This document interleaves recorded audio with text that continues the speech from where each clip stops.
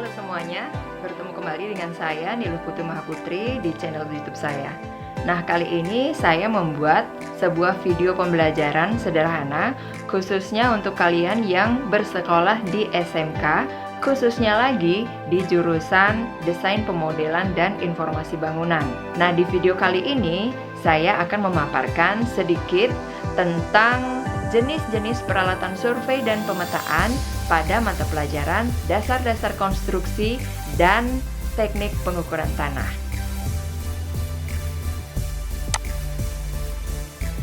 Jenis-jenis peralatan survei dan pemetaan. Topik pembelajaran ini diambil dari kompetensi dasar 3.16 menerapkan prosedur pengoperasian jenis-jenis peralatan survei dan pemetaan.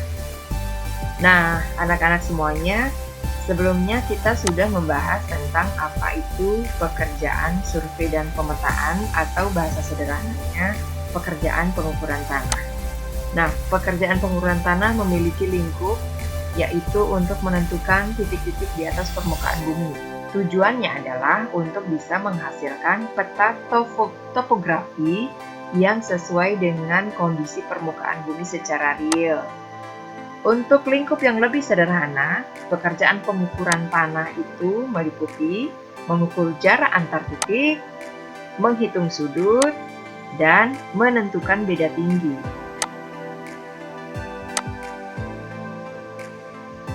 Kita semua mengetahui bahwa bumi itu bentuknya memang bulat. Akan tetapi, bentuk permukaan bumi itu tidaklah sebulat apa yang kita bayangkan. Seperti ketika kita melihat globe. Permukaan bumi, sebagaimana kalian tahu, tidaklah datar. Jadi permukaan bumi itu bisa terdiri dari perbukitan, pegunungan, lembah, dan ada juga bagian-bagian bumi yang dia berupa padang yang sangat luas. Bisa padang rumput maupun padang pasir. Nah, oleh karena itu, untuk bisa menghasilkan peta topografi yang benar-benar sesuai dengan kondisi aslinya di permukaan bumi, maka kita memerlukan berbagai macam jenis peralatan untuk pekerjaan pengukuran tanah yang mampu menghasilkan hasil-hasil pengukuran yang nantinya bisa menggambarkan permukaan bumi itu sebagaimana adanya. Nah, ada banyak sekali alat-alat ukur tanah. Dari sekian banyak alat-alat ukur tanah itu bisa dikelompokkan menjadi 3 kelompok. Yang pertama adalah alat ukur sederhana, alat ukur optik, dan alat ukur elektronik. Kita akan bahas secara singkat satu persatu, mulai dari alat ukur sederhana. Nah, alat ukur sederhana, kenapa disebut sederhana? Karena cara penggunaannya mudah dan sederhana dan hanya digunakan untuk mengukur satu macam ukuran saja. Apa saja yang termasuk alat ukur sederhana? Yang pertama, ini dia, ada meteran atau dalam hal ini disebut dengan pita ukur atau roll meter. Nah, mungkin kalian tahu meteran, tapi belum tahu mungkin yang bentuknya seperti ini. Berikutnya adalah kompas. Kita tahu bahwa kompas itu adalah alat untuk menunjukkan arah, tapi mungkin banyak juga di antara kalian yang belum tahu bahwa ternyata kompas itu bisa digunakan dalam pekerjaan survei dan pemetaan. Yang berikutnya, nah ini mungkin baru ya bagi kalian, ini adalah klinometer.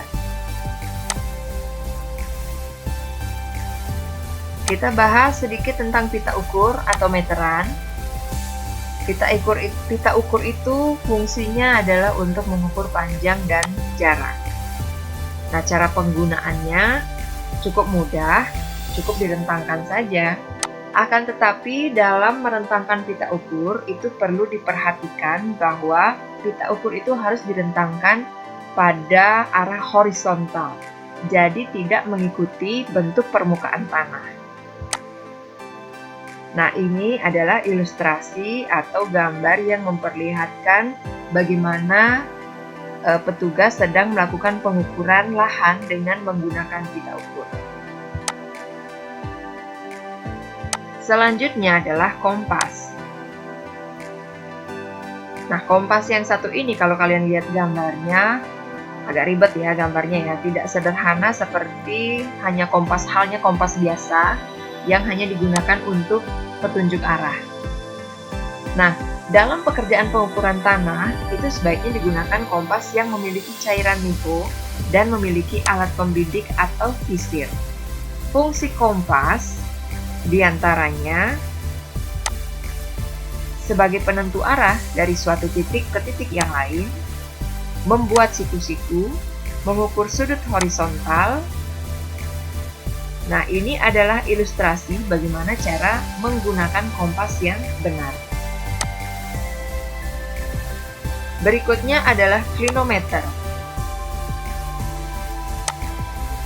Fungsi klinometer adalah untuk mengukur ketinggian atau panjang sebuah objek dengan cara memanfaatkan sudut elevasi. Nah, dalam penggunaannya, klinometer ini sebaiknya digunakan dengan melibatkan dua orang. Salah satu memegang dan melakukan pengamatan, sedangkan yang lainnya bertugas untuk membaca sudut dan mencatat hasil pengamatan. Sekarang kita bahas alat ukur optik. Ada apa saja di alat ukur optik? Kenapa disebut alat ukur optik? Alasannya adalah karena alat ukur ini sudah dilengkapi dengan perlengkapan optik. Nah, cirinya adalah biasanya dalam penggunaannya itu dia terdiri dari beberapa alat yang dirangkai dalam satu buah alat. Nah, kelebihannya dibanding dengan alat ukur sederhana adalah bisa mengukur lebih dari satu pengukuran.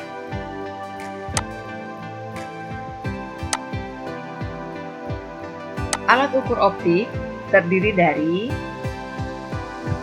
ini adalah waterpass, kemudian ini adalah theodolit.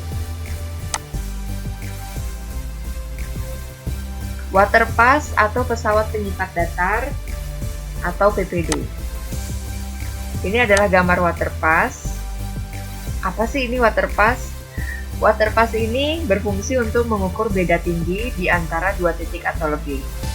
Sebenarnya masih ada beberapa fungsi yang lain, tapi ini adalah fungsi utama dari waterpass sendiri. Selanjutnya, theodolit.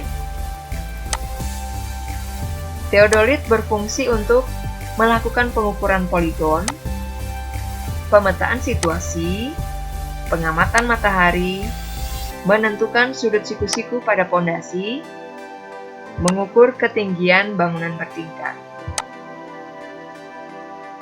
Nah, tadi disebutkan bahwa alat ukur optik digunakan bersama dengan alat-alat yang lain yang kemudian dirangkaikan menjadi satu alat. Alat ukur optik itu biasanya diletakkan di atas tripod. Dia dipasang di atas tripod dengan prosedur tertentu, kemudian membidik yang disebut dengan rambu ukur.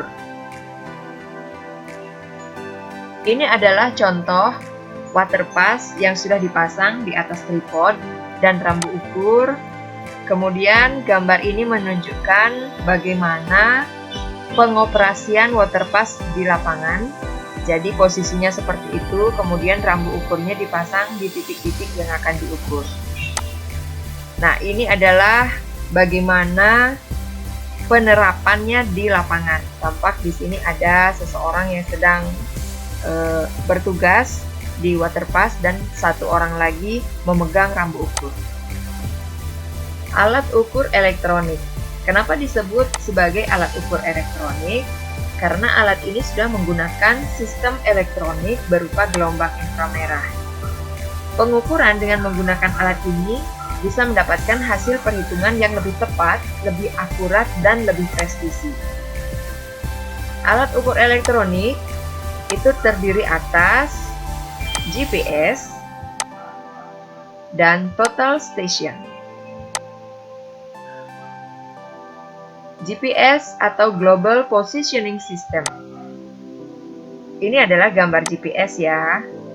Alat ini menggunakan data satelit untuk memenuhi persyaratan dari posisi. Hasilnya bisa berupa gambar permukaan bumi dalam bentuk 3 dimensi. Kalau total station, bentuknya agak mirip dengan theodolit. Nah, alat ini berasal dari pengembangan theodolit, tapi dia sudah dilengkapi dengan prosesor dan reflektor. Fungsinya adalah untuk menghitung jarak, arah, titik koordinat, dan juga beda tinggi secara elektronis. Alat-alat penyerta pada alat ukur elektronik agak berbeda dengan alat ukur optik.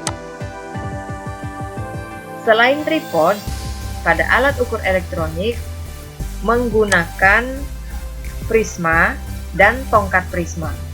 Nah, prisma ini berfungsi sebagai reflektor. Pada alat ukur elektronik tidak lagi menggunakan rambu ukur, tapi menggunakan prisma ini. Nah, itu tadi sedikit penjelasan tentang beberapa jenis alat-alat survei dan pemetaan. Sebenarnya masih banyak alat-alat survei dan pemetaan yang lain yang bisa kalian temukan di internet atau di sumber manapun, termasuk buku-buku yang berkaitan dengan survei dan pemetaan. Nah, karena di video ini baru dipaparkan beberapa jenis alat saja, setelah kalian menyimak video ini, tentunya kalian memiliki hal-hal yang ingin ditanyakan atau memiliki pendapat. Nah, kira-kira menurut kalian hal-hal apa saja yang perlu ditambahkan untuk melengkapi informasi tentang jenis-jenis alat survei dan pemetaan ini?